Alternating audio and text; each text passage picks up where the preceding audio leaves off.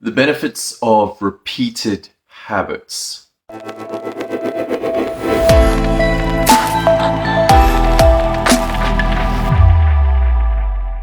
The benefits of repeated habits. This was shown in a fascinating experiment done in Hungary. And you may have heard of this, but there were three sisters that the dad decided to say that, you know what, I want to prove that genius can be trained. Genius can be taught, and it's not an innate gift. So what he did was he pulled his three daughters out of school and homeschooled them from a very young age, from like 4 years old, and made them all play chess every day. 4, 5, 6, 8 hours, filled the house with chess books, filled the house with pictures of grandmasters. And what happened? All three girls became exceptionally good at chess. Now, this is documented in this very fascinating book, Atomic Habits, by James Clear, chapter 9. The point that he goes on to make is that our habits are influenced by our environment. That three particular groups, the close, so our family. What are the family habits? Then the many. What do most people do? And finally, the powerful. These three groups, the close, the many, and the powerful, strongly influence us.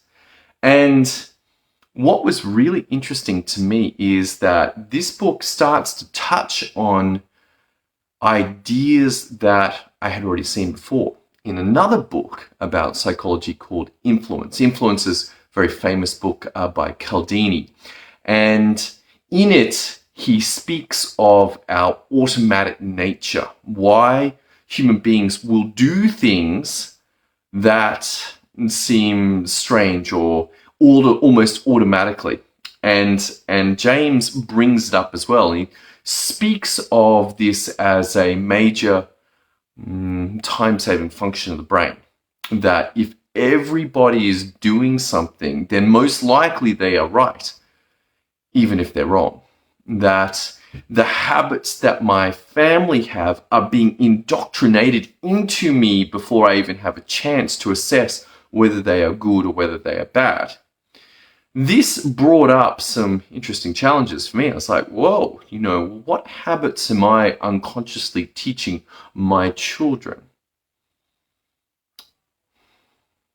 Today, I had an interesting experience. I took my daughter to the dentist and they said, look, unfortunately, the baby tooth has become decayed. There's a hole. The enamel in a baby tooth is very small and it's eaten through. And I was like, okay, what's going on? They're like, well, too much sugar, not enough flossing, not enough brushing. I'm like, okay. And this to me was very interesting because in my childhood, I had all of those things shoved down my throat pretty heavily, like meticulously, you must do this, you must do this, you must do this.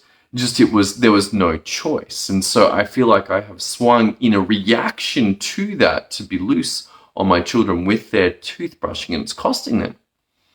It's costing them. She's got to have the tooth out. They got to do a filling in the one next to it. And these are in baby teeth to protect them and make sure that the other teeth don't come out in a strange direction. And she already had another problem with one of the teeth not coming out, and it made the adult tooth grow behind. So we're heading for braces most likely. But also, that brings up in me a lot of trauma, a lot of interesting trauma. From 13 to 17 or so, I had braces. It was brutal. It's horrible. I don't know why we do it to teenagers to force them into braces. But anyway, I'm like, you know what? Maybe you wait a little bit, maybe until at 20, 22, when there's some frame of reference. The adolescence years are hard enough without having to actually go through them with braces. Nonetheless, what I'm taking from this is that the habits that I was instilled with as a child were too harsh, and the swing back was for me to be too slack in terms of instilling the regular brushing and flossing in my children, particularly allowing them too much sugar. So somewhere in here is an optimization. And the unfortunate thing for my daughter is that she will have to experience the consequence of poor habits. Hopefully we will learn from those. And at the dentist chair, I got him to speak to us. Say, so how do we change this? What needs to change? And he said, 1, you need to floss once a day. 2, you need to brush twice a day. 3, you need to limit sugar.